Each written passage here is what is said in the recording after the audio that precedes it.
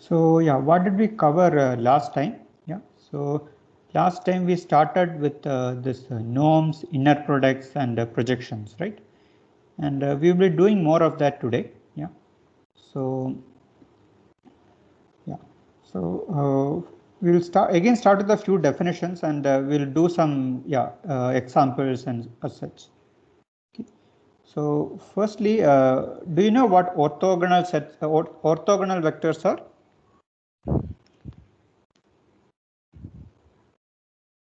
Sir, whose inner product is 0? Yeah. So orthogonal vectors, they're vectors at 90-degree angles from your schools. So if you take the inner product, it is 0. Yeah. So V comma W are orthogonal, and only if V dot W equal to 0. And this inner product might be some other inner product, might not be the dot product always. Okay, so orthogonality is defined with respect to some inner product. Okay, yeah. Now, why do you look at orthogonal vectors? What is the importance of it?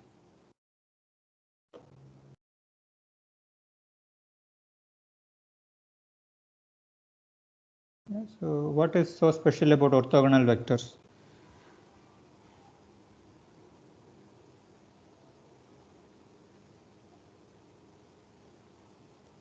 Any idea? So the projection will be 0. Yeah, projection will be 0. Yeah, obviously that's what is written. But yeah, more than this, why do we care about it? Set of n mutually orthogonal vectors can span an entire n-dimensional space. Okay.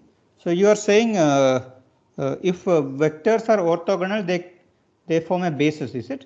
There you go. Yes. If there are n mutually orthogonal, like pairwise orthogonal vectors. I see. So orthogonal vectors cannot be linearly dependent. Yeah. So you are making the following claim, right? So if V1 to Vn are orthogonal, so what do you mean by V1 to Vn are orthogonal? That is, for all I not equal to j, yeah, belonging to 1 to n, Vi. So when I do the subscript here, it's not coordinates. Okay, so V1 to Vn are vectors. Okay, yeah.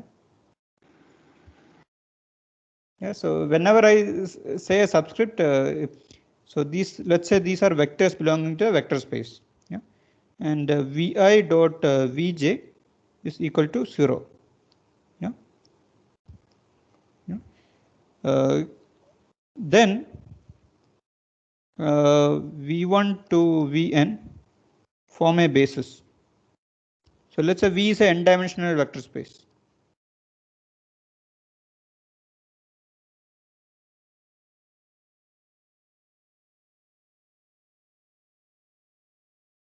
Why is that?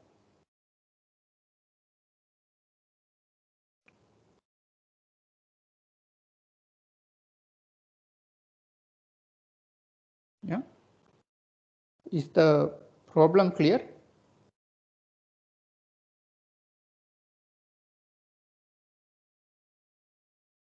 Yeah, so you have n vectors which are orthogonal. Yeah. And then they form a basis. Why is that? So because they can be expressed as, they can't be expressed as a linear combination of others. Like if you take Vi, then it can be expressed as a linear combination of set of all vectors from V1 to Vn, excluding Vi. Like they are linearly independent.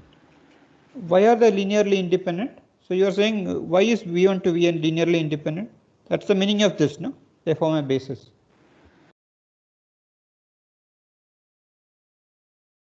So how do you show that V1 to Vn are linearly independent? If they were linearly independent, one of these vectors, let's say Vk, is expressible in terms of the others, right? Yeah. And so we can use the suppose linearity property in the dot product. Okay. The positive definite. If the dot product is 0. So suppose they are linearly dependent. Suppose V1 to Vn are linearly dependent. Yes, sir. Yeah. Now, V1 can be expressed as linear combinations of V2 to Vn, right? Okay. So 2 to n, alpha I, let's say Vi. Yeah. Yes, sir. And Now, if we take dot product of V1 with itself, okay, we are taking dot product of inner V1 with its inner product. Okay. Yeah. then we can replace one of those V1s with this sum notation with the RHS part. Yeah. So yeah, we can take dot products in both sides. That's what you're saying. Yeah. Yes, sir. And linearity will mean that everything goes in, right? Yes, sir. That is nothing but sigma 2 to n zeros. Is this okay to everyone? Yes, sir. Okay, and This you are saying this is equal to 0. Yes, sir. Why is Like that? we took for all I not equal to j, dot product of v1 to vj, v1 comma vj is 0. Yeah. So this is equal to 0. Yes, So sir. what Now, does that mean? if dot product of v1 comma like a vector with itself is 0, then it must be 0 vector. Must be 0 vector, and 0 here, vector cannot be part of the basis. Yes, sir. I mean, primarily we excluded 0 vectors, right? I mean, we don't include 0 vectors for that.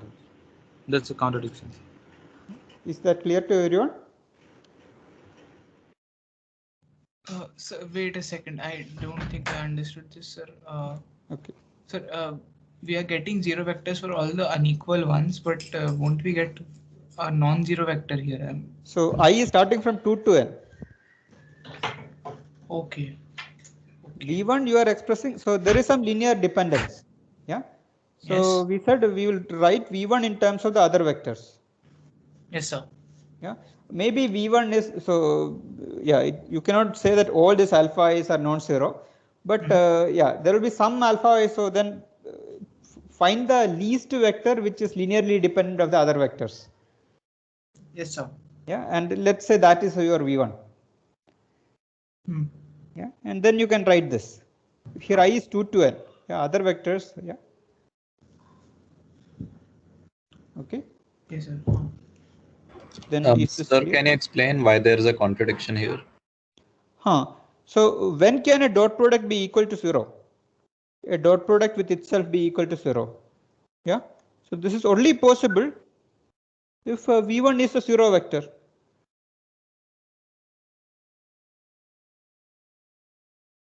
Right.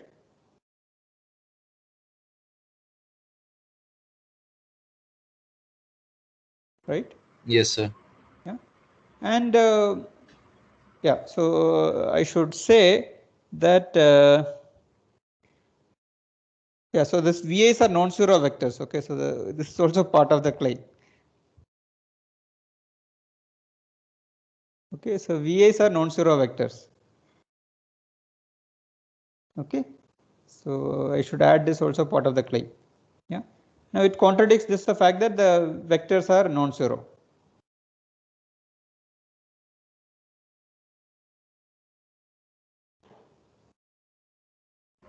Okay, sir. Yeah. Okay. Because I mean, if all the vectors are equal to 0, yeah, then this claim is false. I mean, the 0 vectors are orthogonal to, yeah, and they, yeah, I mean, Like generally cannot when we form a are basis. talking about orthogonality, we exclude 0 vectors, right? Like a Yeah, 0 vector is orthogonal to any other vector. Yeah, so these V1 to Vn are non-zero vectors.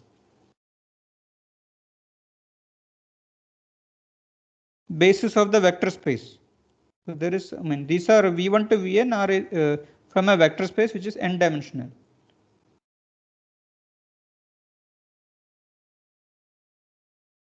Okay. Yeah, so it's better if you speak out. Okay, that way everybody also notices what you are asking and everything. Okay. Hope this proof is clear. Yeah.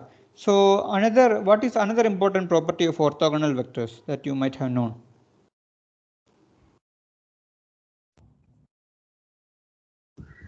So don't you also need to prove it spans the space?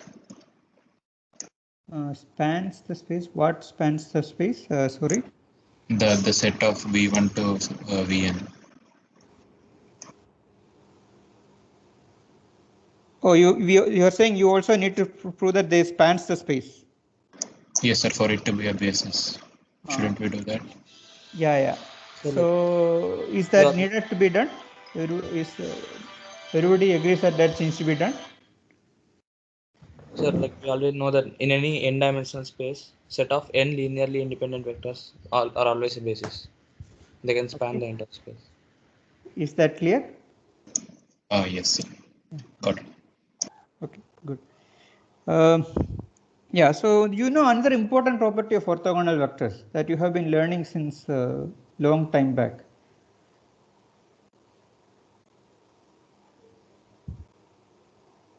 Yeah, so Pythagoras theorem, you know, no, right?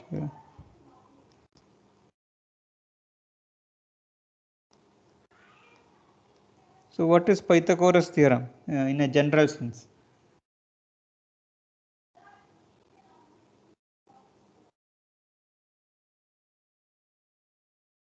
Yeah, so the straight line is the shortest distance between 2 points. Okay, that is Pythagoras theorem. Okay, that is. So the cosine rule, sir. Cosine rule. Okay, let me write in terms of our notation. Yeah. So if you take v1 to vn, so v1 to vn are orthogonal, let's say. So it might be not n, it can be some m vectors.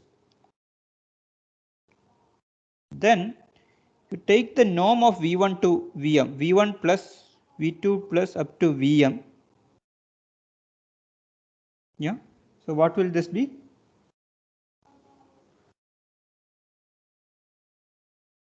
So squared of the norm. Sorry, yeah. You need to take the squared of the norm. Yeah.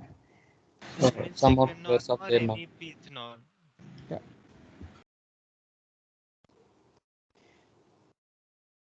So this is the norm defined with respect to inner product. Okay. So the norm of the vector v is basically the square root of v dot v.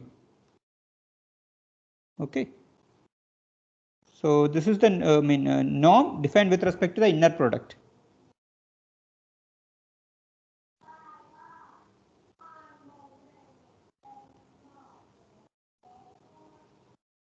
Yeah. So vi squared.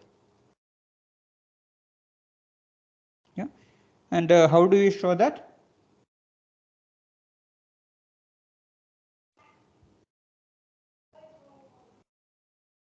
Is it easy to show? Sir, we use the same idea as before. We use the linearity property. Norm square is just inner product, right? Inner product with itself. Yeah. So basically you will take the inner product of this sum with itself, all the cross terms vanish and only the singleton terms remain, right? Okay, so hope you can do that. Yeah. Okay, so we know what orthogonal vectors are. Yeah. So there's also something called orthonormal vectors. Those which satisfy right hand rule, I guess. Yeah. So yeah, what are orthonormal vectors? So when you say v1 to vn are orthonormal,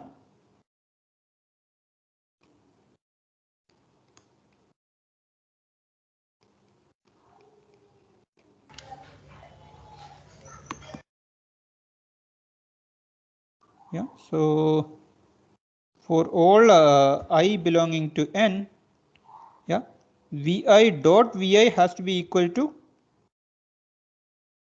1.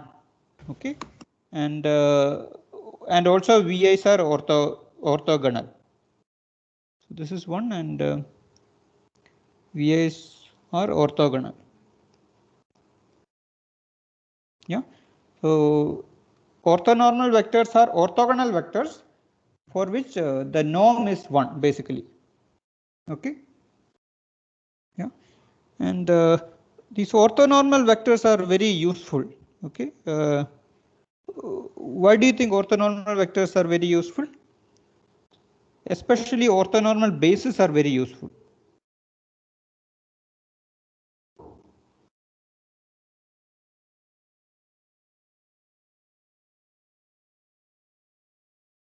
Why do you think so?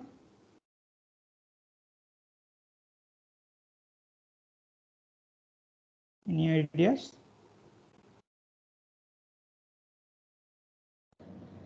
They usually form the standard basis. They usually form the standard basis.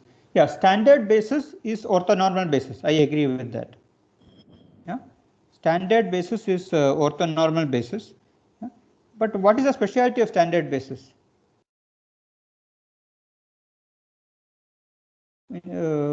Aren't there other orthonormal bases other than standard basis? Yeah. Sir, in general, like we can express a vector, like if we have a basis v1 to vn, then we have a vector p. We can express the vector in two ways, like taking the dot products of the vector with each vector and or as a linear combination of the basis. In case of orthonormal basis, the linear combination and the dot product expression both will be same. Okay. So there are orthonormal bases other than the standard basis. That is clear to everyone, right? Yeah. So this is your basically 1, 0 vector. Yeah. So this is your 1, 0 vector, and this is your 0, 1 vector. Yeah. And this is what should this be?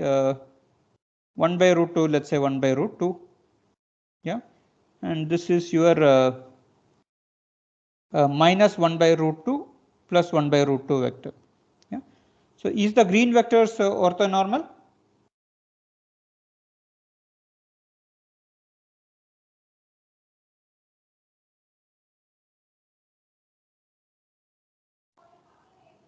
Yes. Yeah. No, because those green. I mean, for each of the vectors. Each of the vectors, sorry. For each of the vectors, its dot product is not equal to 1, right? So what is the dot product? Sorry. The vi comma vi in those brackets. Yeah. So yeah, let's do that. No. Dot product So of 1 by. The green pair are orthonormal and the blue pair are also orthonormal. Like if you take all those four, then they are not orthonormal. Yeah, yeah. So they are orthonormal, right? Yeah, yeah. So if you do 1 by root 2, 1 by root 2, yeah, and if you take the dot product with itself, what will you get? Oh wait, yeah, they are orthonormal. 1 by 2 plus 1 by 2 equal to 1, right? Yeah. Okay. My bad, sir. Yeah, sure. So it's okay. I mean, please ask questions. I see that only very few people are asking questions in class. Yeah, you don't need to worry about going wrong or anything. Typically, if you have a doubt about something, some 10 other people also have. Yeah, this class now have, I don't know, 80, 90, 100 people. Yeah. So if one person has a doubt, possibly 10% also has the same doubt, and it's better you ask it. Okay, don't think, I mean, a little bit you think, but yeah, you don't need to wait for too long. Okay. Yeah, so these are, the green ones are also orthonormal. Okay. Now, suppose I have a vector. Suppose I have a vector, let's say 2, 3, I have a vector 2, 3. Yeah. So these are the coordinates in the standard basis. Yeah. So v equal to 2, 3 in standard basis. Could you change the basis to the green basis?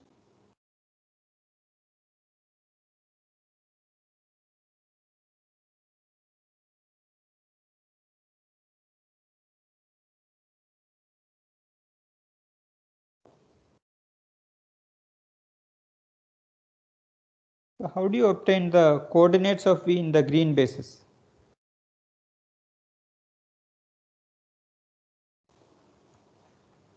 We can find the change of basis matrix.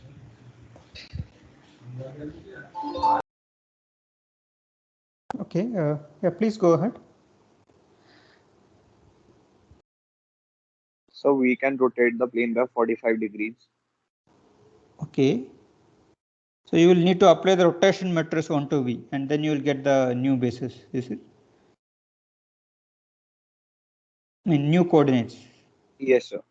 Okay, yeah, that is how you did in high school. Yeah, that is right. But there is a simple way. Yeah. So suppose you want to convert from the standard basis to any other orthonormal basis. There's a simple way for doing it. Yeah. So let's say you have this vector V. Yeah. So if you want to write in terms of let's say these particular two vectors. So let's call these vectors let's say E prime. So this is E1 and this is E2. So this is E prime 1 and E prime 2.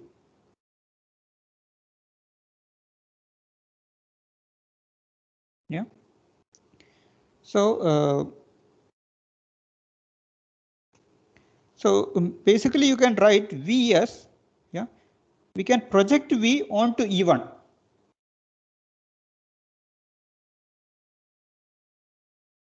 Yeah, we can project V onto E1. So that is the length of any vector. So V23 is like, yeah, it's a vector something like this. Yeah. So we'll first project onto E1. So you will get a projection here. Then you will project onto E2. You will get a projection here. Yeah. And how do you get the projection? By taking the dot product. Yeah. So times E1 prime plus V dot E2 prime times E2 prime.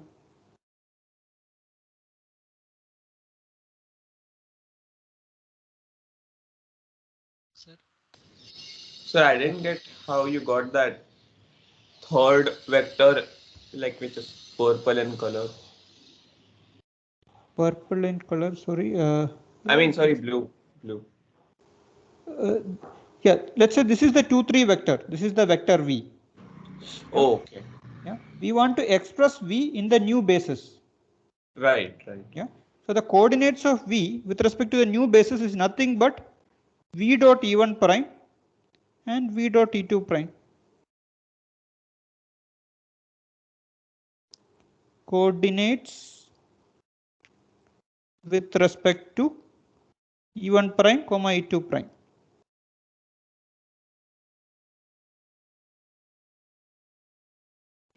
Yeah, got it, sir. Yeah. So it's very easy to change the basis when you have orthonormal vectors. sir. Yeah. Sir, how does it make difference if those two are not orthonormal? Like we are not using the fact that they are orthonormal for changing basis. Even if those two are not orthonormal, we can follow this procedure to change basis, sir. You can change basis. Okay. Let me take a red one. Okay. So my E1 is looking like this. Yeah. And E2 is looking like this. This is E1 double prime and this is E2 double prime. Yeah. So let's say you are saying you can project V onto this. Yeah. And we can project a V onto here. Yeah. And this formula still holds. No, sir. That's what Bala Ramakrishna is saying, no? Understood, sir. It's Yeah. not possible. Yeah. So yeah, we can write. So the thing is, so there are two important points. One is this E1 prime and E2 prime are unit vectors. Yeah. So when you take the dot product, you directly get the projection. Yeah. So this is actually the projection of V on E1 prime. You don't need to divide by the norm because the norm is equal to 1. Yeah. So yeah, that is one fact we are using. Second fact we are using is we are also using the fact that E1 prime and E2 prime are orthogonal. Yeah. Then only this is true.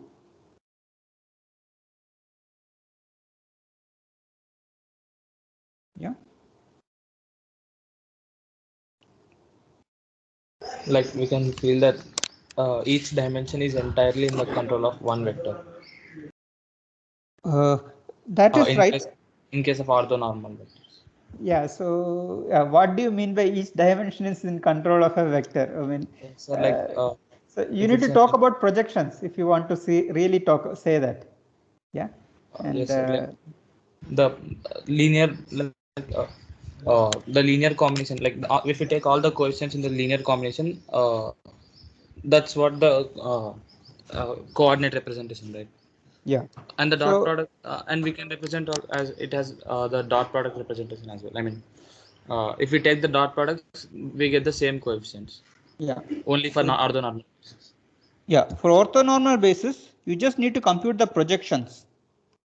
Yeah. If you just compute the projections, which can be computed by taking the dot product, yeah, then you immediately can change the basis. Yeah. So yeah, and this is the main use of orthonormal basis. If you want to change from one orthonormal basis to another orthonormal basis, you just take the dot product. Done. Yeah, you just take the dot product with the n orthonormal basis, and you just write it like this. Okay. Any questions? Sir, am I audible? Yeah, please. Sir, how do we think of, like, in general vector spaces? How do we think of this coordinates? Yeah, so I mean, so you're saying you want to prove this theorem in a general vector space? Yes, sir. Why is this equal to this? Yes, sir. Yeah. Now you agree that yeah, why is the left hand side equal to right hand side? Yeah, that's a good question. Yeah. So yeah. Suppose V was equal to some alpha times E1 prime plus beta times E2 prime. Suppose.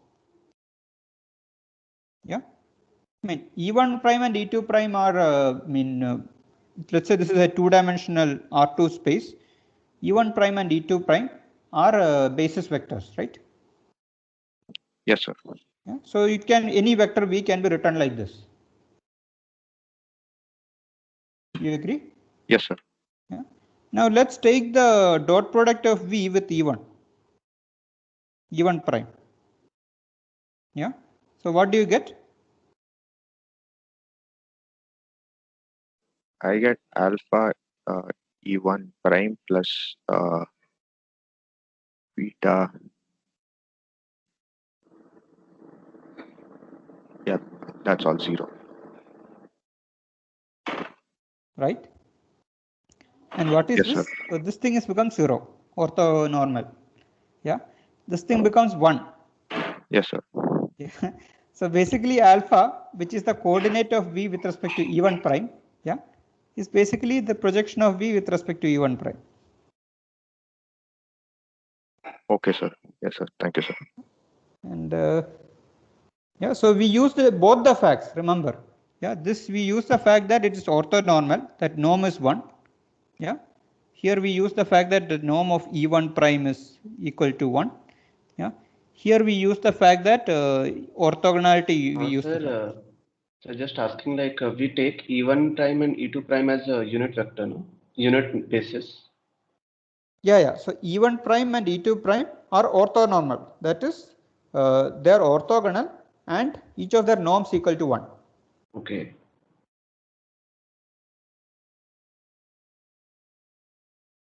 Yeah.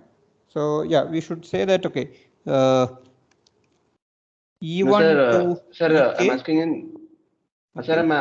asking in general, like whenever we take inner product, it's like modulus will be 1, no? I mean norm. Of the E1. No, like whenever we'll take inner product, like it can be greater than 1 also,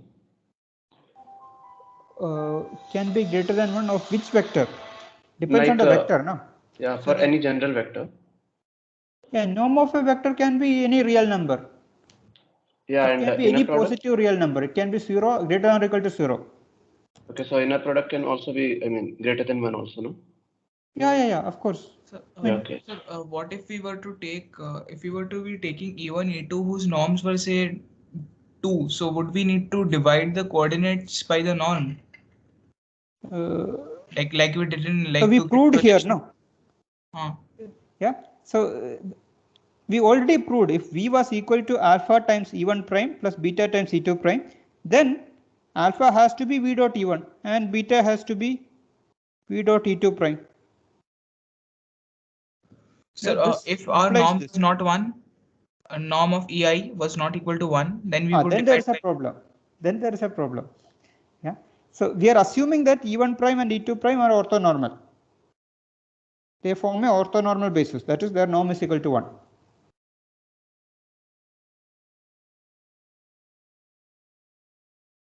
Okay. So in general, yeah, let's say F1 to, so let's say we have V1 to Vn that is orthogonal or orthogonal. Yeah, V1 to Vn are orthogonal, then any vector V, so let's say any vector W, yeah, you can write it as W dot V1 divided by norm of V1. Yeah, sorry, norm of just a second. Norm of V1 or norm of norm of V1 times V1 plus W dot V2 divided by norm of V2 times V2 up to W dot Vn divided by norm of Vn into Vn. Okay, so here we assumed orthonormal.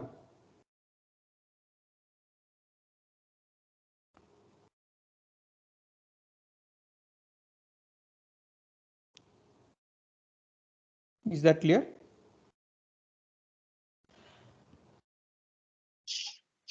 So this is a general form for the orthogonal means vectors, no? For the projection one.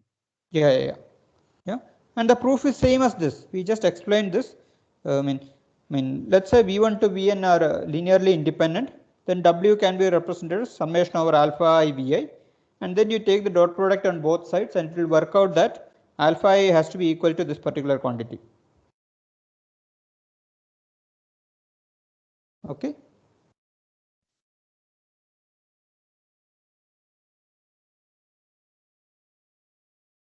Yeah. Any other questions? Sir, so the norm, sir, for any vector, the definition of the norm was the square root of the inner product of a vector itself, right? Yes. Okay.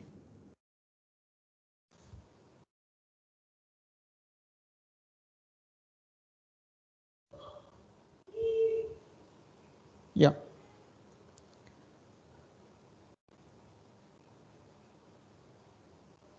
Okay. So it's good to have orthonormal basis because then change of basis and everything is very easy to do.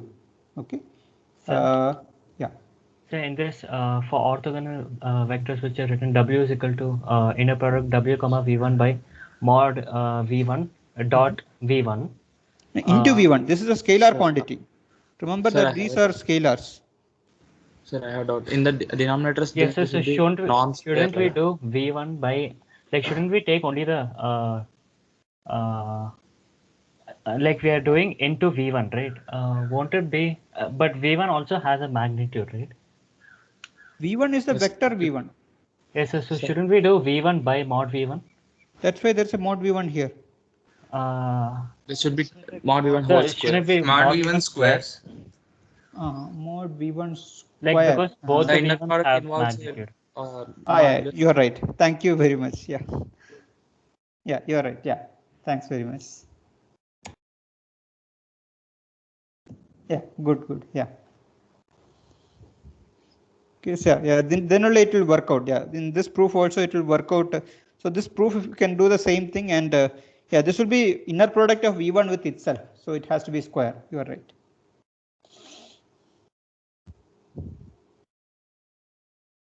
Okay. yeah.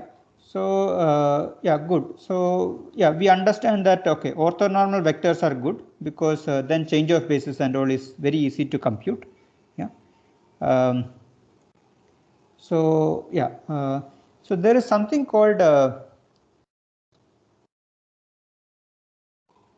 what is called the Gram-Schmidt orthonormalization. Okay, so what is that? Suppose you have a vector space, yeah, and we want to find a orthonormal basis for it. How do you do that? Yeah, how to find a orthonormal basis?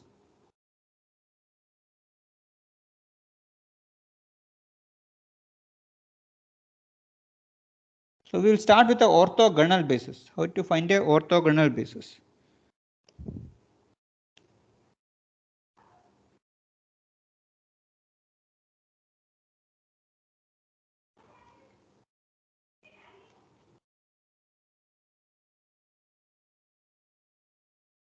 Yeah, and is there a procedure for doing it?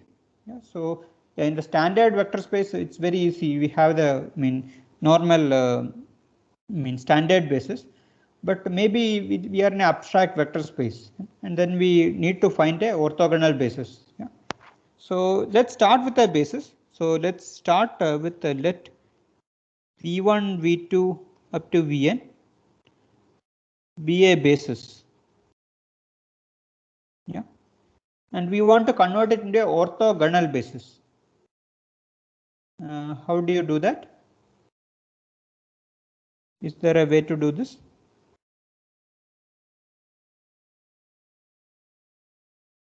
So something similar to Gaussian elimination. Something similar to Gaussian elimination. Reducing the matrix into a reduced echelon form. Okay. So yeah, Vivek has a question. Aren't bases always orthogonal? Okay. So, but I believe these were yeah. So yeah. So this V and W. Let's say this is two-dimensional real space. Yeah. And V and W are linearly independent. They span the entire R2. Yeah. But Oh, do you yes, sir. think? Yes, sir. Yes, Yeah, sir. but they are not orthogonal. Yeah. Okay. Yeah. So suppose you are given this V and W. Yeah. How do you convert it into a orthogonal one? That is the question we are asking here. Okay. So, Sir, we yes. might pick one vector and then eliminate parts of the other vector which are parallel to this vector. Okay. Yes. Let's do that. So let's say we start with V1. We can keep V1 as it is. We don't touch it anything. Yeah.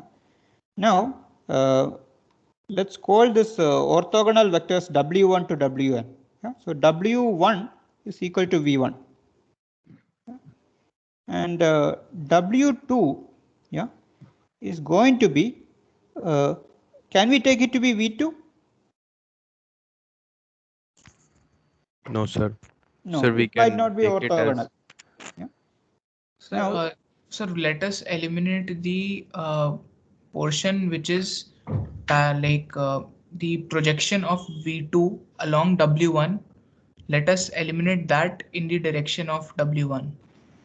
very nice. W2 So how do we do that? How we do can we do keep that? only W2 only the components which are orthogonal to W1 and remove V2 all others. minus inner product of V2 comma V1 divided by V1, like V2, norm of V2 V2 comma V1.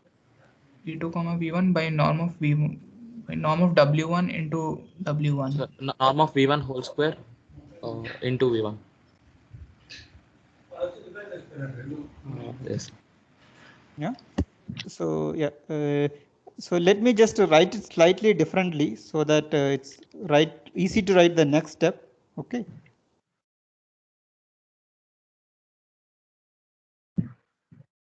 Yeah. So now W2 is orthogonal to W1. Yes, sir. Everybody agrees? So when we say W2 is orthogonal to W1, we'll write like this. Yeah. Means W2 is orthogonal to W1. Okay, some yeah, lingo. Yeah. So do you agree that W1 is orthogonal to W2?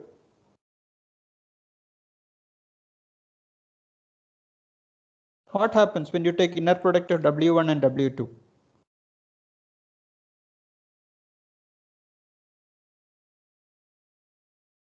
Yeah, what happens?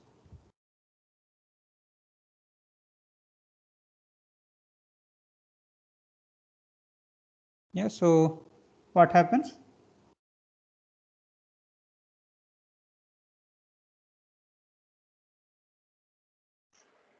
That becomes inner product of V1 comma V2. So we are expanding in the right side. Yeah.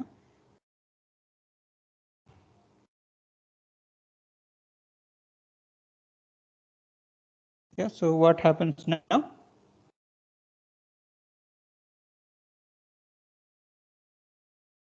Yeah, here this So will we are become the constants outside. Yeah. So this will become the norm of W1 squared.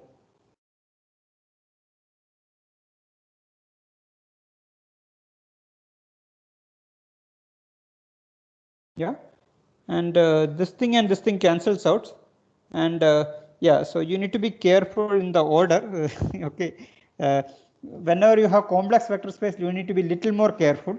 Yeah, but for real vector space, it is very clear, right? Yeah, so this is equal to this, and it is equal to 0. Okay. So everybody agrees with this. Yes, sir. Sir, in case the inner product was in complex number, then these need not hold. No, like W1 need not be perpendicular to W2. No, I made a mistake in some manipulation here. That's the only issue. Okay, so let me just check where I made a mistake. Yeah. So this is W. Okay. Just a second. Sir, it is correct. It is correct. Okay. Yeah, but looks like this doesn't work in complex vector space, no? We can take instead for W2, we can write inner product of W1 comma W2 instead. Then it will work. You are saying? Yes, in the second equation.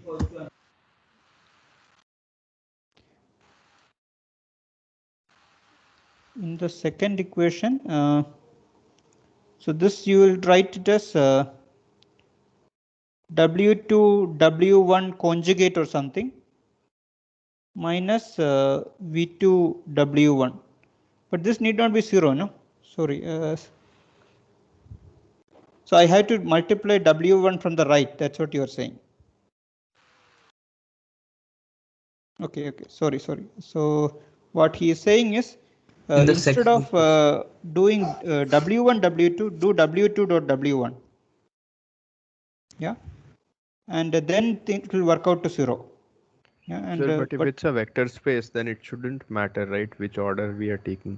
Yeah. It doesn't matter because if this is equal to 0, then W1 dot W2 is also equal to 0. Implies that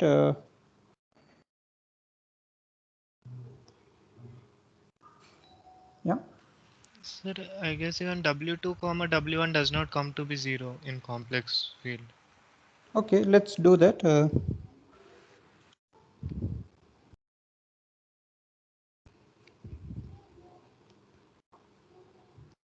V2 dot W1, yeah, minus V2 dot W1 into W1 dot W1 divided by norm W1 squared, right?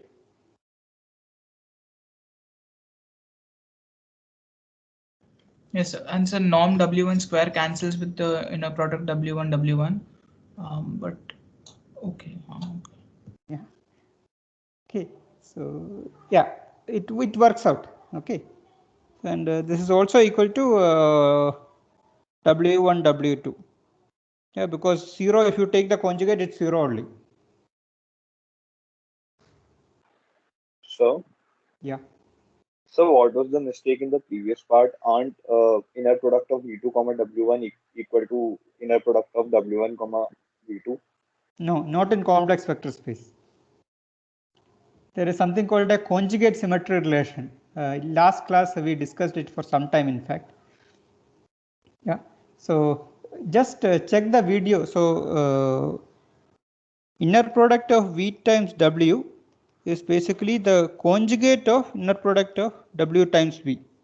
This is one property of inner products. It's called conjugate symmetry.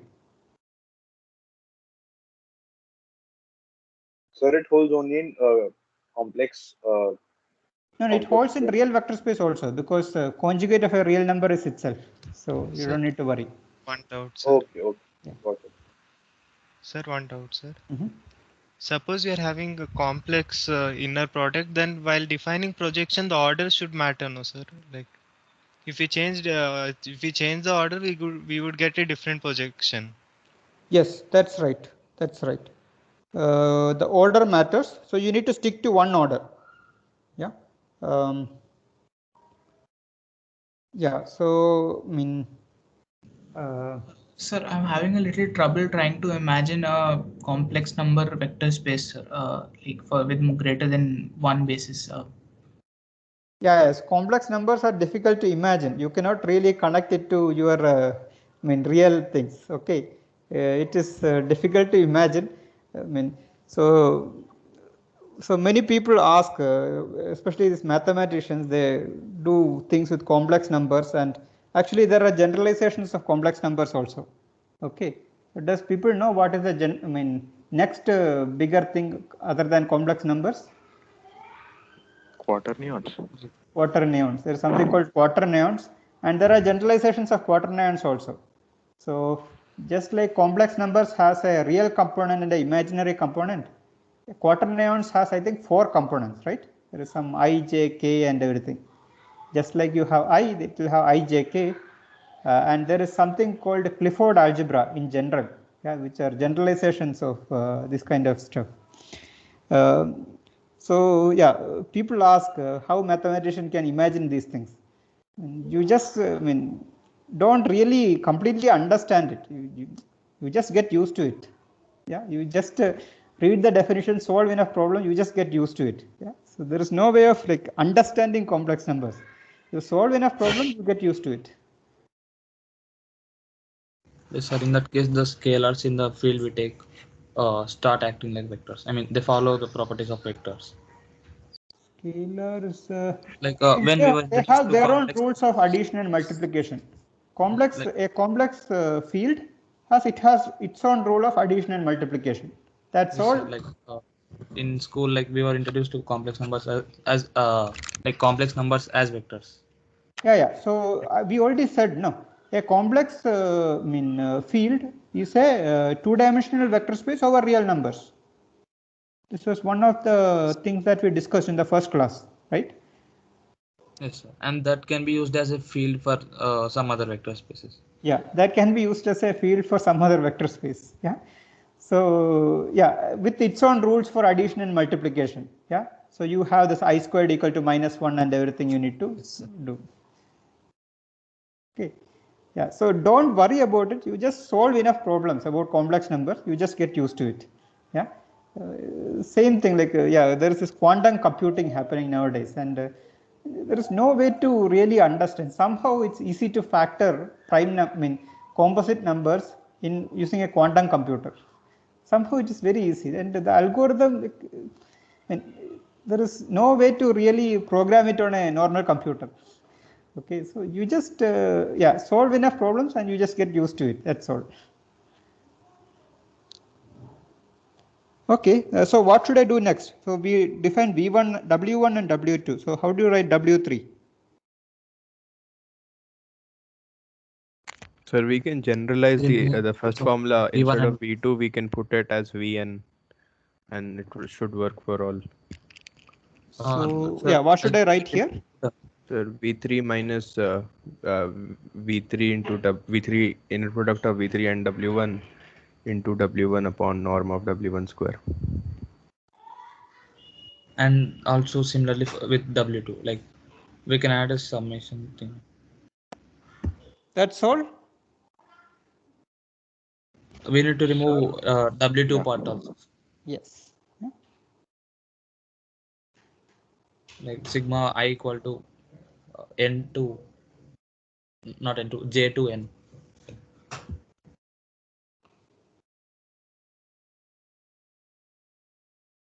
Yeah.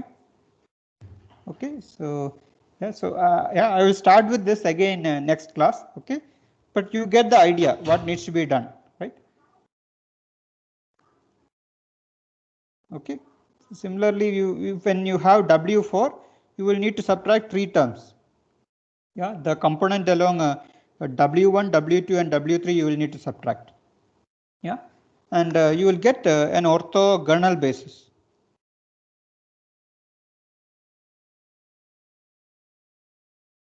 Yeah, so it's a orthogonal basis, but is it orthonormal?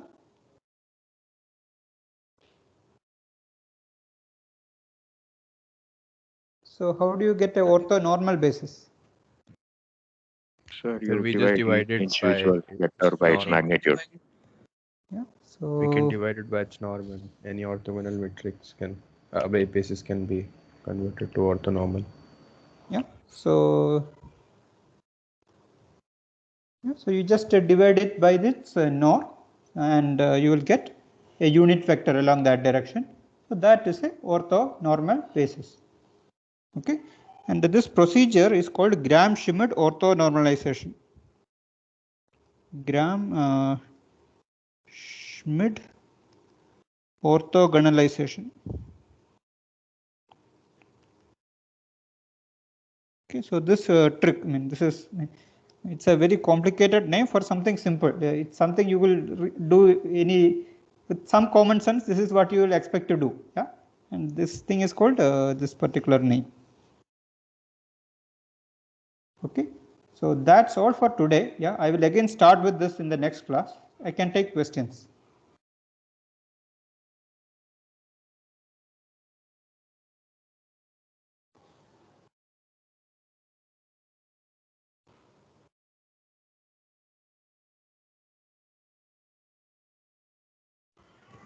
Sir, can't we get in general n different orthonormal basis, orthogonal bases using from a set of V1 to Vn? Because if say I took W1 to be equal to arbitrarily V3, then I would get a different set of orthonormal bases, orthogonal bases, right? So is the order matters. If you do a order, you will get a different basis.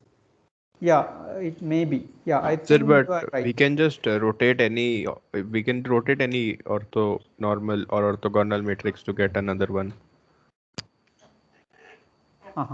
So yeah, we will come to that in the next class. But yeah, I agree with the previous speaker that look, this algorithm depends upon the ordering of V1 to Vn. If you take this V1 to Vn, you will get a different orthogonal basis. That's right. Yeah. So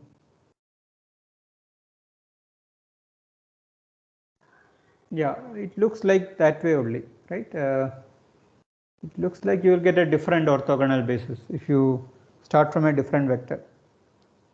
So let's look at that particular example that we saw. No?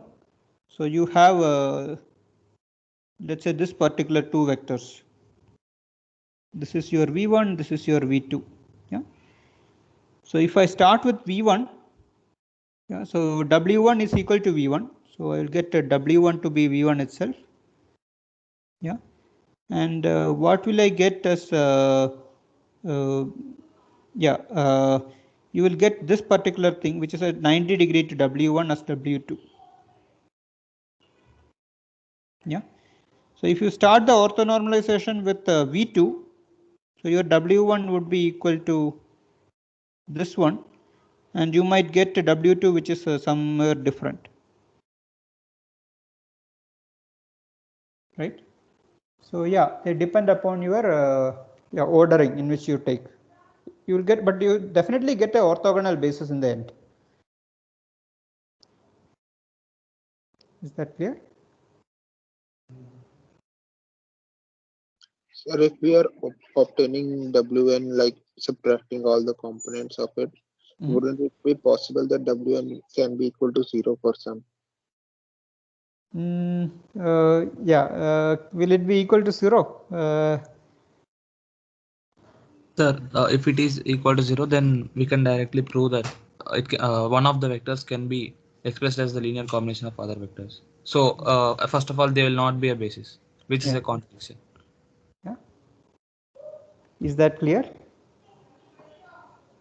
Yes, sir.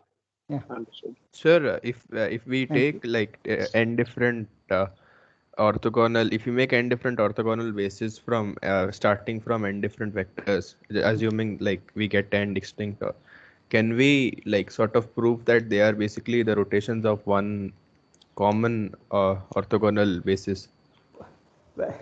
Now this idea of rotations, so you are assuming that there is something called angle and everything there. I mean, like any transformation of the basis where the eigenvalues of basis vectors are 1. I mean, of course, you can change between two bases, and there is a, there is always a full rank transformation which changes between two bases, right? Yes, sir. Yes. So yeah, of course, if you have two bases, you can always have there will be a matrix P, which changes from one basis to the other. Sir, assuming we found n different orthogonal bases, and I took say W, so my set capital W1 as my first basis, sir, can I find a matrix say P such that P to the power n will get me the same matrix W back? Like if we were to rotate through all of the other matrices, like is that possible?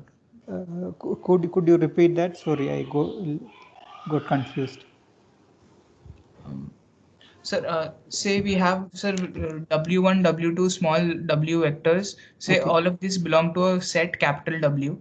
Okay. Capital WA, which I got from using V1 to get my. Okay, so you had V1 to Vna basis, and you did this orthonormalization, and you got W1 to Wn. Okay. Which belongs to WA. Sir, say I get from WA to WA plus n different sets. So you are saying, so with starting what from is V2, WA plus n? Sorry, I didn't follow. So we get WA, we get WB, we get WC. You are saying with a different ordering, you will get WB. Yes, sir. Okay, and there are n factorial orderings. Okay, so the n factorial. Okay. Yeah. So yeah, you can get n factorial different orthonormal basis. That is right. Yeah. Okay. Sir, so is there a way to get a matrix P such that P times WA is WB, P times WB is WC, P times. That you already saw. No, you can always change one basis to another basis using a matrix. You can, you can always change one basis to another basis using a matrix. This is your change of basis that you learned in the first part, right? Both the WA and WB are bases. You agree? Oh, yes, sir. Yeah. So then there is an invertible matrix which changes the basis from WB to WA. Sir, I guess he's asking like, is there a same P for all the conversions of bases? No. The change of matrix will depend upon the initial basis and the target basis. I don't think the same P will work for all the. No, I don't see why that is true. I would say no, I guess. Yeah, but the thing is, the change of basis matrix is very easy to write when you are transforming from one orthonormal basis to another orthonormal basis. Yeah, so the change of basis transformation, the matrix of the change of basis transformation It's very, very easy to write when you are changing from one orthonormal basis to another orthonormal basis. Yeah, so try to write it yourself. So you'll see that the dot product make it very easy to write that matrix.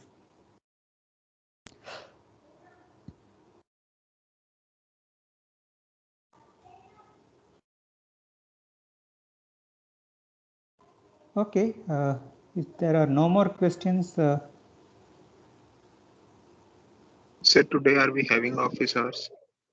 Yes, yes, it is mentioned. No, I think 3:30 it is mentioned. Sir, will the change of basis matrix from one orthonormal to another orthonormal be sort of like an elementary matrix in that form or something? Not an elementary matrix, but it's very easy to compute every entry of that matrix. Okay. Yeah, Sir, yeah. in the previous page, we considered the case where the basis is not perpendicular to each other. Okay, so something like this. The red color. Yeah. Yeah. That's the basis, but it's not perpendicular to each other. Yes. But we define perpendicularness with respect to one inner product, right? Yes. So is there a way to systematically get a definition of an inner product according to which these are orthogonal to each other? Oh, so yeah, you want to find, okay. Yes, there is another inner product with, so yeah, so Sir, yeah, so I'm not going into generalized inner products, yeah, in this particular course because it's an advanced topic, yeah. So there is something called bilinear forms. I can give you a link to it, okay. So any general inner product actually looks like a matrix only, yeah. So any inner product, so V dot W is an inner product, then there's a matrix such that it works like this. Okay, and in your normal dot product, this matrix is the identity matrix. Okay. Okay, sir. Yeah. Yeah, but if you have a general, inner product which satisfies the condition of inner product, then it will be looking like this. There is always a matrix such that it can be written like this. Yeah, and this is called a bilinear form. And yeah, yeah, this is an advanced topic which most likely we won't cover in this course. Yeah, but I can give you a link to it. Okay, sir. Thank you, sir. Yeah. Sir, did he just ask like what definition of inner product makes them orthogonal?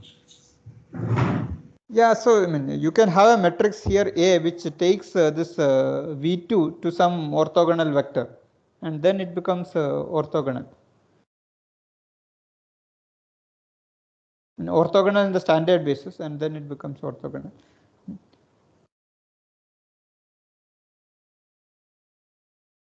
Yeah, so maybe 8 times V2 is something like this, which is at 90 degrees. Then you are done, right?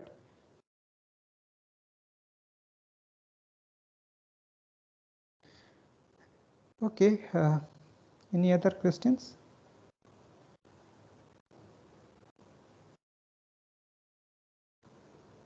Okay, thank you then. Bye Sir, for now. Yeah. Sir, I would like to slightly unrelated, sir. Where can I practice some basic questions of the earlier topics to revise from, sir? So, haven't you had a look at the textbooks? Textbook has lot of solved problems. Okay, sir. Textbook now. Okay. Yeah. So you just open the textbook and see there are a lot of solved problems in the textbook. Also, I have given a link to the MIT OCW site. Yes, sir. Yeah. So MIT OCW. So this is the materials from the MIT course on linear algebra. They have lot of solved problems in their site. Yeah. So there is no shortage of solved problems that you can try. There is enough materials given.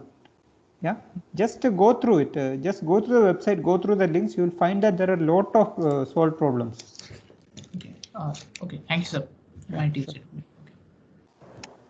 So when all are the TA hours?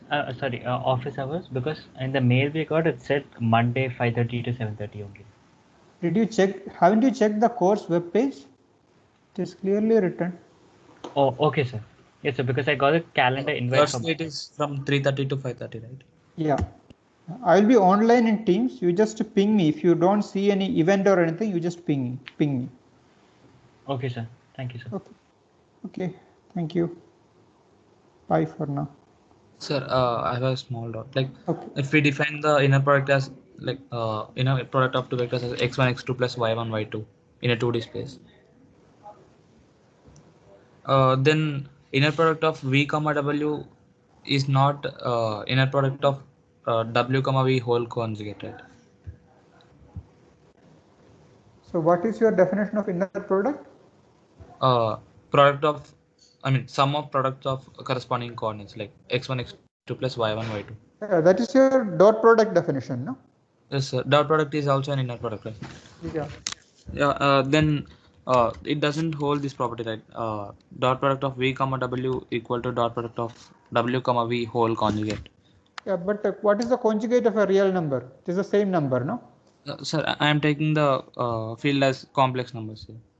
But in complex numbers, you cannot define dot product as simply like that. You also need to take conjugate. This is what I said in the last class. Like we define it to be conjugate. So Yeah. That is why that definition is important. You are right. Yeah. That is why we cannot define dot product as simply the same thing in complex vector space. You need to take conjugate as the second quantity. So we define it to be the conjugate. I mean, it's something that depends on our. That's the definition. Yeah, that's the definition. You are right. To do the simple dot product in complex vector space, it's not a dot product. You are right.